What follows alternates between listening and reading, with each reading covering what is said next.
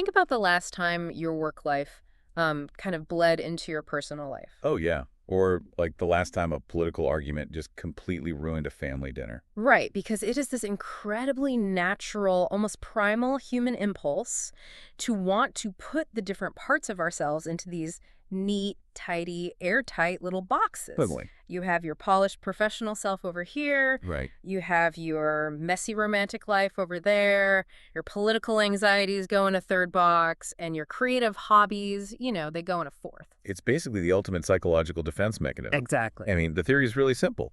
If the compartments are completely sealed, a fire in one box can't burn down the whole house. But what happens when those boxes inevitably start to leak? Well, they always do. They always do. And today's deep dive is about what happens when the boxes break. Back in 1962, a writer named Doris Lessing decided to explore this, and she built this literal architecture of chaos to do it. Yeah, she did. So today, we are diving into her monumental novel, The Golden Notebook. A massively important book. Huge. And we are looking at a stack of material here. We've got Lessing's own retrospective introductions from 1971 and 1993, excerpts from the core text itself, and some biographical records. Right. And our mission today is to figure out how she used the actual physical structure of a book to map the complete breakdown of the mid-20th century human psyche. And crucially, how she argued that this terrifying process of breaking down might actually be, the only way to heal. Yeah, which is such a wild concept. No. But to really grasp the magnitude of what she's doing here, we need to understand the specific historical pressure cooker that Doris Lessing was forged in. Oh, absolutely. Yeah. I mean, her life was a masterclass in shifting paradigms. She was born to British parents in Persia, which is now Iran, in 1919. Okay. But then she was moved to southern Rhodesia, which we now know as Zimbabwe, when she was just a child. So she grew up on a farm, completely surrounded by the harsh realities of the British Empire. And from the sources, it's clear she didn't just passively observe those realities. Not at all. By the time she moved to England in 1949 with the manuscript for her first novel, she was fiercely critical of the institutionalized racism she had grown up around. Yeah, she was incredibly outspoken. She was specifically protesting against the color bar. Now, for you listening who might just think of that as a general term for prejudice, what did that actually look like on the ground? So the color bar wasn't just like a bad attitude. It was this rigid, legalized system of racial segregation and economic subjugation in Southern Africa. Right, it was systemic. Highly systemic. It literally dictated where Black Africans could live, what jobs they could hold, and it stripped them of political power just to maintain white minority rule. Wow. And Lessing saw the stark, daily hypocrisy and brutality of this system firsthand. She refused to stay quiet about it. Which got her into a lot of trouble. Oh, major trouble. Her stance was so threatening to the establishment that by 1956, she was officially declared a prohibited alien. She was banned from both southern Rhodesia and South Africa. So she arrives in London already carrying the weight of having watched a society enforce these false, violent divisions. Exactly. Which perfectly sets the stage for what we're going to explore today. To understand Anna Wolf, the protagonist of The Golden Notebook, we have to look at the massive political and social movements of the 1950s. The Cold War, mid-century Marxism, Yeah. the shifting roles of women, all of it. All of it. And we should clarify, we are going to examine these ideologies not as policies to be debated. We aren't taking sides here. Right. Strictly impartial. We're looking at them as belief systems that were actively cracking under the pressure of reality. They serve as a historical and psychological time capsule in the text. That is exactly the right lens to use. Yeah. We are looking at the emotional fallout of history. And Lessing chose to reflect that fallout, not just in the plot of the novel, but in the very engineering of the book itself. Right, the structure. Yeah. Lessing actually stated that the shape of the novel is the statement. The structure itself is a wordless message. I really want to spend some time on this because if you pick up The Golden Notebook expecting a standard chronological story from page 1 to page 500, you are going to hit a wall. You'll be totally lost. Here's how she actually built it. There is a conventional, relatively short novel buried inside the book called Free Women. Right. It's about 60,000 words long. It revolves around two friends, Anna Wolf and Molly. And technically, you could extract it and publish it entirely on its own. You could, yeah. But Lessing refuses to let you just read it straight through. She takes a machete to her own novel and chops it up into 5 sections. It's brilliant. And the spaces between those severed sections are filled with 4 distinct notebooks. 4 notebooks. Right, these are kept by Anna Wolf, the central character we're following in the Frame novel. Mhm. And the immediate psychological question the text forces us to ask is, why on earth is this woman frantically keeping 4 separate notebooks instead of just writing in a single diary? Well, Lessing addresses this directly in her 1971 introduction. Anna fragments her life across these 4 books because she has this profound, paralyzing fear. A fear of chaos. Exactly. A fear of chaos, a formlessness of breakdown, the sheer volume of mid-century experience, the trauma, the political dread, her personal failures. It is simply too much to process as a unified whole. She literally cannot look at her life all at once. It would blind her. Right. So she divides herself up, hoping that by isolating the different strands of her reality, she can keep the anxiety manageable. Let's look at the specific compartments she builds. Okay, let's start with the Black Notebook. Right. The Black Notebook is dedicated to Anna the writer. It deals with her past in Africa and the financial and critical success of a novel she wrote called Frontiers of War. But she doesn't use this notebook to, celebrate her success. No, she uses it to mock it. The excerpts we have from this notebook are fascinating because she actually pastes things into it. There is this incredibly sharp, cynical synopsis she writes of her own African experience, which she pitches under this super melodramatic title, Forbidden Love. It's basically a parody of her own life. Totally. It's a brilliant, defensive piece of satire.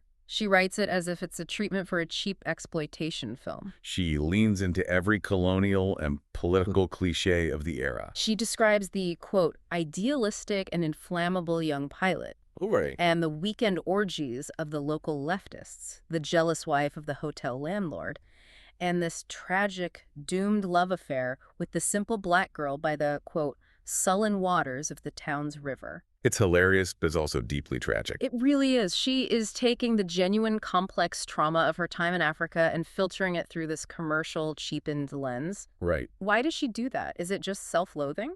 I mean, it goes way beyond self-loathing into a profound alienation. She is Yeah. mocking the way society commodifies complex political reality. Well, it makes sense. But more deeply, she is quarantining her past. If she turns her own history into a joke, into a cheap paperback plot, then it can't hurt her. So that's the Black Notebook. Then we move to the Red Notebook. Right, which is exclusively for her political life. She documents her involvement with the British Communist Party in this one, starting meticulously on January 3rd, 1950. We will definitely get into the absolute implosion of that political dream later, but it's crucial to note that she physically separates her ideology from her art. Exactly. Then comes the Yellow Notebook. The Yellow Notebook. This is where she hides. She writes a novel within this notebook about 2 characters named Paul and Ella. But Ella is really just a thinly veiled avatar for Anna herself. Oh, interesting. Yeah, Ella's dealing with the exact same emotional fallout of a failed love affair, exploring the same dark ideations of suicide, and navigating the painful death of romantic naivety. So she's using displacement.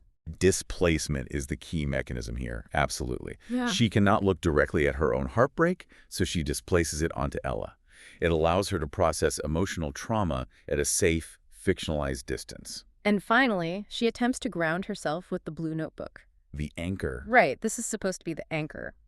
She tells her psychotherapist that she is trying to keep a purely factual, objective diary. Just the facts. Just the facts, just what happened, day by day. So those are the 4 boxes. Okay, let's unpack this for a second, because if you look at how we live today, we are all doing exactly what Anna did. 100%. It's like having 4 different web browsers open or curating 4 different social media profiles. Yeah. You have your LinkedIn, where you are the polished, historical professional. That's the Black Notebook. Right. You have your anonymous Twitter, where you doom scroll and argue about politics. The Red Notebook. Yep. You have a private Finsta or a group chat for your messy, emotional, and dating life, the Yellow Notebook. And maybe a bullet journal where you just track your sleep and water intake, the Blue Notebook. That is a perfect analogy. You don't want your boss seeing your political despair. No, and you don't want your family seeing your romantic chaos. Exactly. But looking at Anna's rigid system, isn't this strict separation just a form of cowardice? Are we just terrified of admitting that we are whole, contradictory, messy people? Well, Lessing would argue that it's less about cowardice and more about sheer survival. Survival. Yeah. The structure itself is her critique of modern life. This division is a false dichotomy, sure, but it's a necessary defense mechanism when the society around you feels like it, in Lessing's words, cracking up. Right. You cannot neatly separate the political from the personal or the creative from the factual. But Anna tries to pretend she has control. Precisely. The tragedy of the four notebooks is the illusion of containment. If she puts the political disillusionment in a red book and the romantic heartbreak in a yellow book, she actually believes they can't cross-contaminate. But they do. As the novel progresses, the walls of these boxes prove incredibly fragile. Which brings us to a really staggering historical irony. Oh, the publication reaction. Yes. Lessing builds this intricate physical structure to serve as a flashing neon warning sign against dividing our lives into boxes. Right. And then the book is published in 1962, and the reading public immediately misses the entire point by putting the book itself into a tiny, reductive box. It serves as the ultimate Rorschach test for mid-century society. In her 1971 introduction, Lessing's frustration is just palpable. I bet. She notes how the book was instantly seized upon by both friendly supporters and hostile detractors as a weapon in the sex war. The sex war. The reaction was visceral. Hostile reviewers called her a man-hater. Yep. They called the book unfeminine and abrasive. It was entirely reduced in the cultural conversation to a manifesto of women complaining about men. And the thing is, Lessing explicitly states in the historical materials that this specific novel was not intended as a trumpet for women's liberation. Right. Even though she fully supported the movement's aims, because women were undeniably treated as second-class citizens. Exactly. She supported the movement, but that wasn't the point of the book. So the obvious question is, if it wasn't meant to be a feminist manifesto, why was the reaction so explosive? Why did everyone fixate entirely on the gender dynamic? Well, Lessing points out that she merely put into print the ambient, unspoken realities of female emotion. Things like aggression. Aggression, hostility, deep resentment. These emotions had existed in kitchens and drawing rooms for centuries, but they were almost never documented with such blunt, unapologetic honesty in literature. There is a specific anecdote she shares from the 1950s that perfectly illustrates this. The canvassing story. Yes, she was out canvassing for the Communist Party in London, walking door to door in these massive blocks of flats. And she says that behind almost every single door, she uncovered a sink of misery. That phrase, sink of misery, is so evocative. It really is. What she was finding were highly intelligent, capable women who were going absolutely out of their minds with boredom and frustration, trapped in these small flats with young children. Right, they wanted to participate in the world. They wanted education and jobs, but the societal structure offered them absolutely no outlet. And because Lessing grew up in the colonies, where white women actually possessed a different, slightly broader kind of social mobility and freedom, encountering this claustrophobic domestic trap in the heart of London just shocked her. So she simply wrote down what she saw. Yeah. She documented the internal monologue of the housewife, but holding up that mirror was treated as an act of treason. Lessing points out a fascinating social mechanism at play here. The exact same grievances that women will discuss openly with each other, grumbling over tea, complaining about the constraints of their marriages. Right. Those become absolute dynamite the second they are written down, published, and placed where a man might read them. Yes. Suffering privately is acceptable, even expected. Making that suffering a matter of public record is viewed as a hostile act. She compares the vitriol she received to the historical backlash faced by the suffragettes. The playbook never changes. Never. Whenever women demand more than what the current social order offers them, the immediate reflex is to attack their gender identity. They are called unmanning, defeminized, or brutalized. The unspoken threat is always, if you speak the truth about your experience, you will lose your status as a quote-unquote real woman. And she offers a very harsh, unsparing critique of how women react to that threat. Oh, this part is brutal. She writes, most women will still run like little dogs with stones thrown at them when a man says, "You are unfeminine, aggressive, you are unmanning me." Wow. She is calling out a deeply ingrained cowardice, observing that because women have existed in a state of semi-servitude for so long, they are terrified of stepping out of the prescribed lines. And to prove just how completely this single thread hijacked the entire conversation about the book, Lessing shares this amazing detail about her fan mail. Oh, the 3 letters? Yes, even a full decade after the book came out, she would regularly receive 3 separate letters in a single week from highly intelligent, educated readers. Right. The first letter would be a passionate essay entirely about the sex war, detailing man's inhumanity to women without a single mention of anything else in the novel. Then the second letter would arrive from an old political radical. And this one would be filled with dense pages analyzing the book's Marxist themes and the political history, completely ignoring the complex gender dynamics or the protagonist's internal life. And the third letter would be from someone who read the exact same 600-page novel and saw absolutely nothing but a clinical, detailed study of mental illness and psychological breakdown. 3 different readers looking at the exact same text and seeing 3 entirely isolated patterns. This is the most profound proof of Lessing's entire thesis. It really is. The readers were doing the exact same thing Anna Wolf was doing with her notebooks. They were compartmentalizing the art to protect themselves. Yeah. They couldn't handle the complex, messy, interconnected whole of the book, so they retreated into their own biases. If you were obsessed with gender, you essentially only read the Yellow Notebook. Right. If you were traumatized by politics, you only read the Red Notebook. The critical failure of the public to see the unity of the book actually validated the book's core argument about how fragmented the mid-century mind had become. It's incredible. But Anna isn't just trapped by society's expectations of her as a woman. She's equally trapped by her own ideological expectations of how the world should work. Which brings us to the politics. Exactly. Let's pivot and open up the Red Notebook. Yeah. We need to look at the second major theme that readers fixated on, the political landscape of mid-century socialist and Marxist movements. It is vital to remember Lessing's stated intent here. She didn't set the novel among communists and socialists just to write a political thriller. No. She set it there because, in her view, that specific ideological arena was where the great debates of our time were taking place. The debates shaping the world. Exactly. The movements, the proxy wars, the revolutions reshaping the globe in the mid-20th century were deeply entangled with these specific political philosophies. But the Red Notebook does not document a glorious revolution. Far from it. It acts as a real-time chronicle of an ideology collapsing under the weight of its own hypocrisy.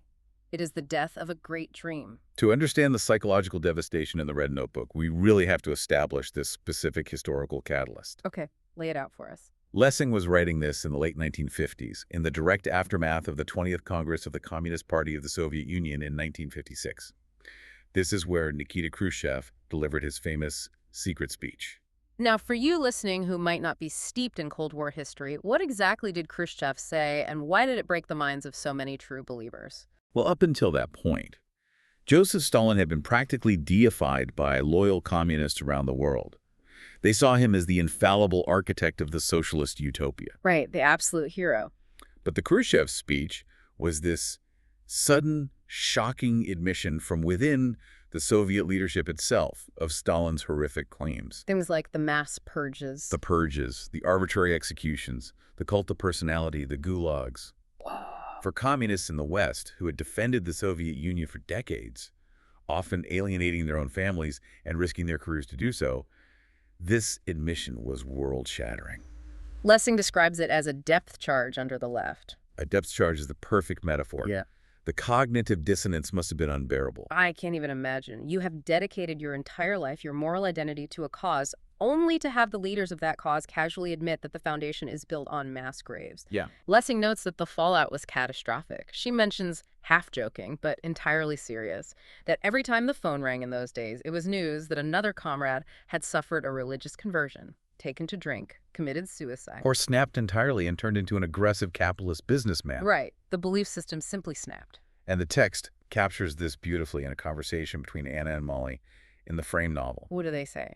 Anna says, "We are people, because of the accident of how we were situated in history, who were so powerfully part with the great dream, that now we have to admit that the great dream has faded and the truth is something else." Wow. And then she says, "They will never be any use." Will never be any use. That is such a haunting line. It really is. It's not just that the politics failed, it's the realization of historical impotence.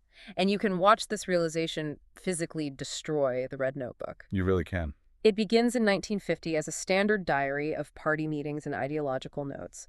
But by 1956 and 1957, Anna's voice vanishes. She literally stops writing her own thoughts. The notebook just devolves into a scrapbook. Yeah. She just starts cutting out newspaper clippings and pasting them onto the pages. Yeah. Clippings of riots, famine, torture, and geopolitical hatred from the Soviet Union, China, the United States, and Africa. So bleak. She is drowning in an avalanche of global trauma that her Marxist framework can no longer explain, justify, or contain. There's one detail from the sources that just chilled me. Yeah. Anna takes a red pencil and begins underlining the word freedom in these horrifying newspaper clippings. Oh, yeah. She does it obsessively over and over again until she adds it up and realizes she's underlined the word freedom 679 times. The repetition completely strips the word of its power. Right. Freedom becomes a sick joke. Yeah. It's just a hollow sound completely divorced from the reality of the violence that is being used to justify. It represents the absolute endpoint of political disillusionment. But what is so fascinating is how this specific historical disparages. Yes, the 1993 introduction. Exactly. Lessing writes about how the book took on an entirely unexpected second life in places like the University of Zimbabwe. Decades after publication, students in Zimbabwe were reading the novel, and they were utterly bewildered by the characters in the Red Notebook. They didn't understand them. Not at all. They were shocked to discover that these young mid-century communists were actually optimistic, deeply idealistic people. Because for those students in the 90s who were living in the grim aftermath of actual post-colonial, nominally Marxist regimes, they associated the ideology purely with corruption, authoritarianism, and self-seeking opportunism. Right. The very idea that communism had begun as a genuine, beautiful, albeit naive dream for a perfect world hadn't even occurred to them. It perfectly validates Lessing's assertion that the novel is a vital time capsule. She wrote, "Nothing seems more improbable than what people believed when this belief has gone with the wind." So true. The Red Notebook preserves the exact emotional temperature of a fleeting moment in history. It's the split second when people still truly believe they could engineer a flawless society right before they slammed into human nature. Okay, so if the great political dream is dead in the Red Notebook, and personal romantic relationships are exposed as a fractured, hostile sex war in the Yellow Notebook, where does Anna Wolf look for salvation? She turns to art. She turns to art, she leans into her identity as a writer, but we quickly hit a massive roadblock. Anna has a crippling case of writer's block. The novelist cannot write a novel. And this paralysis leads us into the Blue Notebook, which houses some of the most complex psychological explorations in the entire work. It's so dense. Lessing uses Anna's creative block to attack a very specific, enduring cultural myth. The concept of the artist as a monstrously isolated, monstrously narcissistic pedestaled paragon. She is taking aim at that romanticized 19th century idea of the tortured genius. The artist who locks themselves in an ivory tower, completely disconnected from the suffering of the masses, and whose terrible behavior is excused simply because they produce great art. Right. The whole tortured artist trope. Lessing felt that indulging in that kind of self-absorption was essentially a crime in a world dealing with the threat of nuclear annihilation, rampant poverty, and systemic injustice. To dismantle this myth, Lessing takes us inside Anna's psychoanalysis sessions with her therapist, Ah, yes. a woman Anna ironically nicknames Mother Sugar. Mother Sugar. Right? These sessions are recorded in the Blue Notebook, and the emotional core of these scenes is a profound, suffocating sense of guilt. And it's a very specific kind of guilt. It's ideological guilt. Very much so. Anna's communist background has deeply indoctrinated her with the belief that art must serve the community.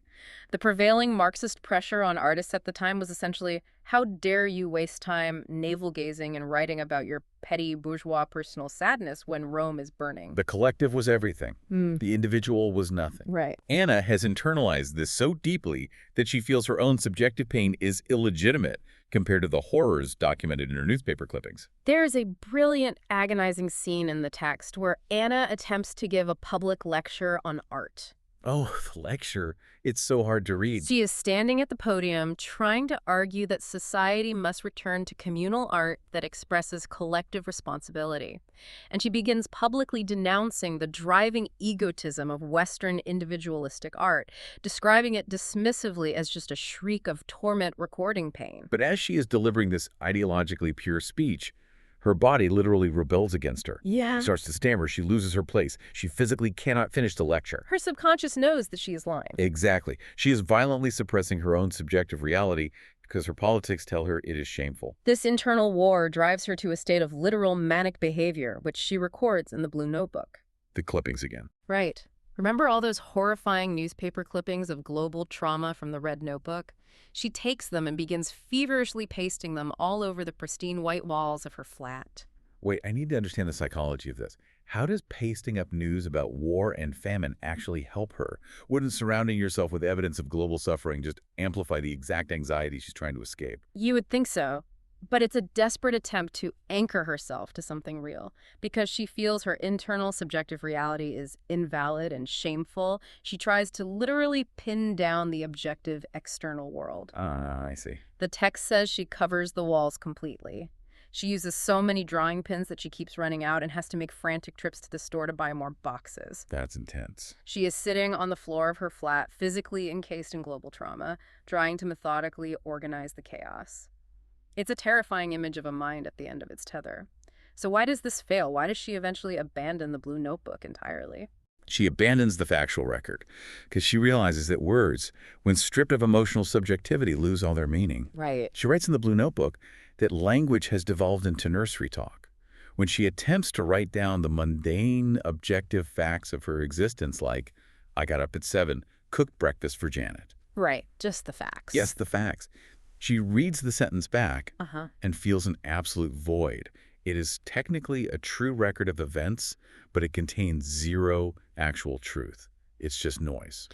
But it's through navigating this absolute dead end that Lessing, through her Anna, arrives at the ultimate paradoxical breakthrough regarding art and the human experience. Yes, the big realization. Lessing discovers that the only way out of the guilt of writing about petty personal problems is the realization that absolutely nothing is uniquely personal. That is the philosophical hinge of the entire novel. Yep. The Marxist demand to ignore the individual to serve the collective is backwards. By looking unflinchingly, microscopically at the tiny individual, by diving into the absolute deepest, darkest trenches of subjective pain, neurosis, and messy emotion, you don't isolate yourself. Right. You actually create a perfect microcosm of the whole world. If you drill down deep enough into the subjective, you strike the universal. Exactly. Lessing writes that growing up is essentially just the process of understanding that your incredibly unique, isolating, personal agony is in fact the exact same agony everyone else is experiencing. It's such a relief to realize that. It is. By refusing to look away from Anna's specific hyperpersonal mental breakdown, Lessing inadvertently wrote a book that a waitress in Rio de Janeiro and a university student in China felt was speaking directly, intimately to their own lives. That is the incredible power of rejecting the fear of subjectivity. Absolutely. But Lessing doesn't just limit her critiques to the failure of politics, the trap of gender roles, or the paralysis of the artist. No, she has plenty of fire left. In her blistering 1971 introduction, she turns her sights outward, launching a devastating attack on the very people who judge art and the institutions that create them. It goes right after literary critics and the modern education system. It is a phenomenal piece of cultural criticism. She is trying to explain why the reviewers so completely missed the structural point of the Golden Notebook. Why they just slapped a feminist track label on it and moved on. Exactly. She argues it's because these critics are the end products of an educational system built entirely on marks, rewards, places, streams. She traces the rot all the way back to primary school. Wow. From the moment a child is 5 or 6 years old, they are indoctrinated into a horse race mentality. Education is no longer about discovery. It's a relentless competition of who is ahead, who is failing, who is at the top of the class. It's just a sorting mechanism. It is a sorting mechanism designed to produce a tiny handful of winners in a constant state of anxiety. And the psychological damage of this system, according to Lessing, is that it systematically trains children to distrust their own imaginative judgment. Right. They are not taught how to look at a piece of art and ask, how does this make me feel? They are taught to look at the teacher and ask, what is the correct answer I need to give to get an A? They are trained to submit to authority, to memorize received wisdom, and to comply. which produces adult critics who act as what Lessing brilliantly calls litmus paper or wind gauges. Such a great insult. It is. They are incredibly useful if you simply want to know which way the cultural winds are currently blowing. They can perfectly reflect the received opinion of the moment. Right. But they are entirely incapable of generating an original, risky, imaginative judgment of their own because their entire intellect has been trained to look outside of themselves for validation. When I read this section, I couldn't help but think about how prophetic it is regarding modern internet culture. Oh, totally. Think about how we consume media today. How often do people immediately check Rotten Tomatoes or pull up Twitter to find out what the consensus take is on a new movie or book before they even allow themselves to form an opinion? Guilty. We do it all the time. We are terrified of having a problematic or wrong reaction, so we outsource our intuition to the crowd or to cultural commentators. We are willfully participating in the exact intellectual conformity she diagnosed over 50 years ago. It is a profound and unsettling observation, and Lessing experienced this conformity firsthand from the next generation. The university students. Yes. She writes about receiving letters from university students who are writing their theses on her work, and inevitably the students all ask her the exact same question. Please give me a list of the articles about your work, the critics who have written about you, the established authorities. They don't want to engage with the text. They want the official dossier so they can properly format their citations and get high marks from their professors. Her response to these students is amazing. What does she say? She writes back, "Dear student, you are mad." I love that. She explicitly tells them they are victims of a pernicious brainwashing system. She advises them, never mind about Professors White and Black. Yeah. Make up your own mind about what you think, testing it against your own life, your own experience. And the heartbreaking part is the students reply, but I have to quote the authorities or I won't get my degree. It is a completely sealed loop of intellectual indoctrination. To help the reader break out of that loop, Lessing offers some radical, liberating advice.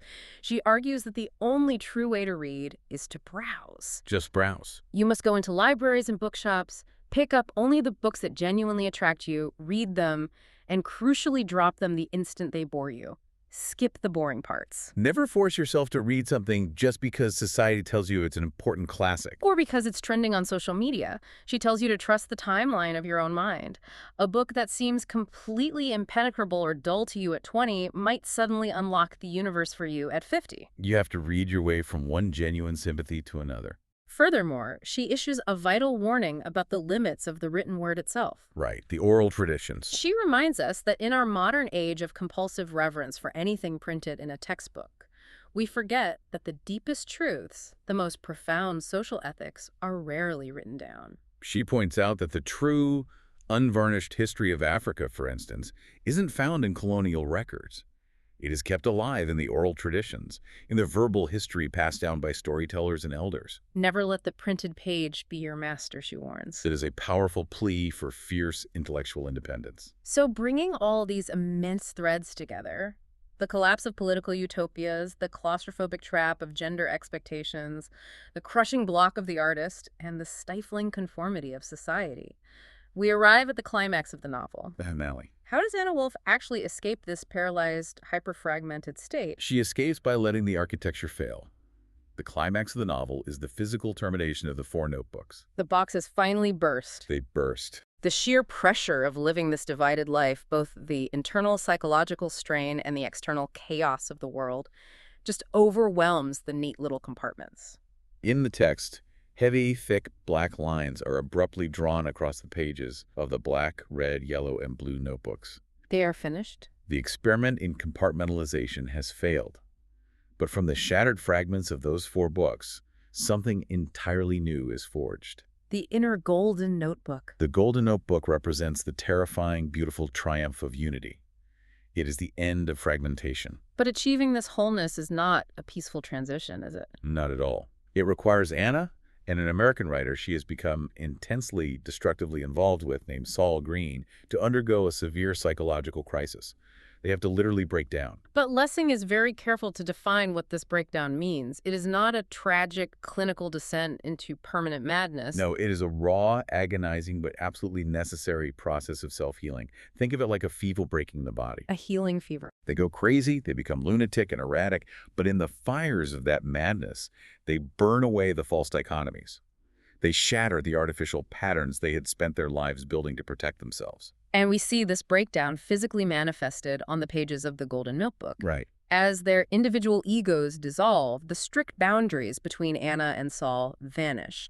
The notebook is written by both of them, and as you read it, it becomes increasingly impossible to distinguish between what is Saul's handwriting and what are Anna's thoughts. They begin to literally share each other's dreams, to hear each other's internal monologues, and to recognize their own flaws deeply reflected within the other person.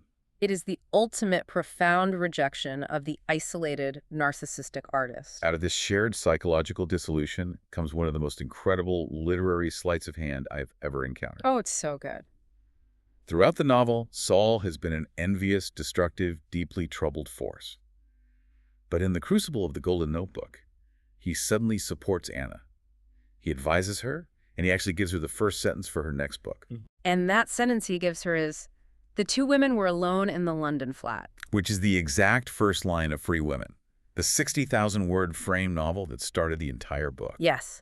By surrendering her ego and merging with another messy human being, she has written her way straight through the massive block. And the gift is mutual. In return, Anna, who had previously been fiercely possessive and jealous of the pristine physical Golden Notebook, refusing to let Saul anywhere near it, she hands it over to him. She gives him the notebook. And she writes the first sentence of his new novel inside it. The detail of Saul's new story is the perfect thematic bow that ties this entire masterpiece together. It's a story about an Algerian soldier. Why is this specific character so significant?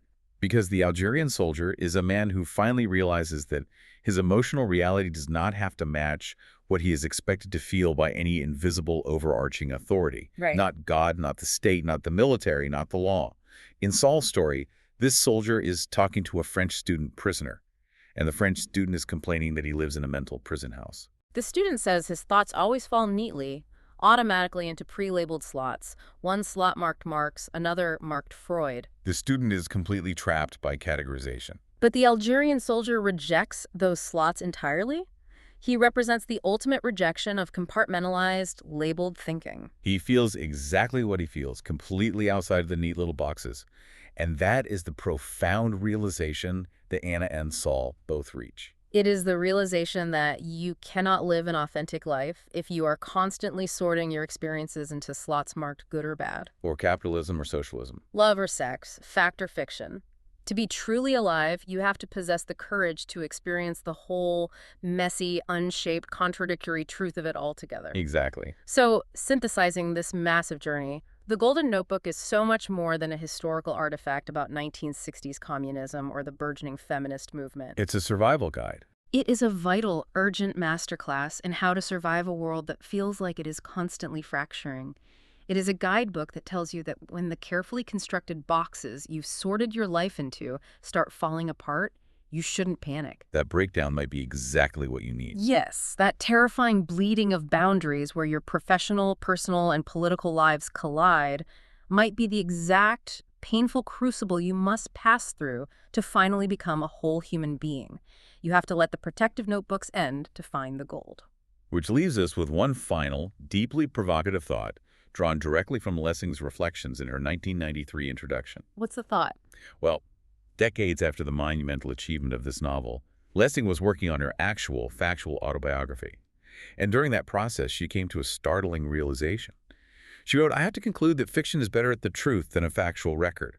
Why this should be so is a very large subject and one I don't begin to understand." And that is what I want you to carry with you as you leave this deep dive. We live in an era defined by unprecedented, obsessive hyper-documentation. Oh, yeah. We document everything. We track our daily steps, we rigorously fact-check every historical statement, we meticulously record our lives on video day by day, attempting to build the ultimate, objective, perfectly accurate blue notebook of our existence. Right. But are we actually capturing the truth of who we are?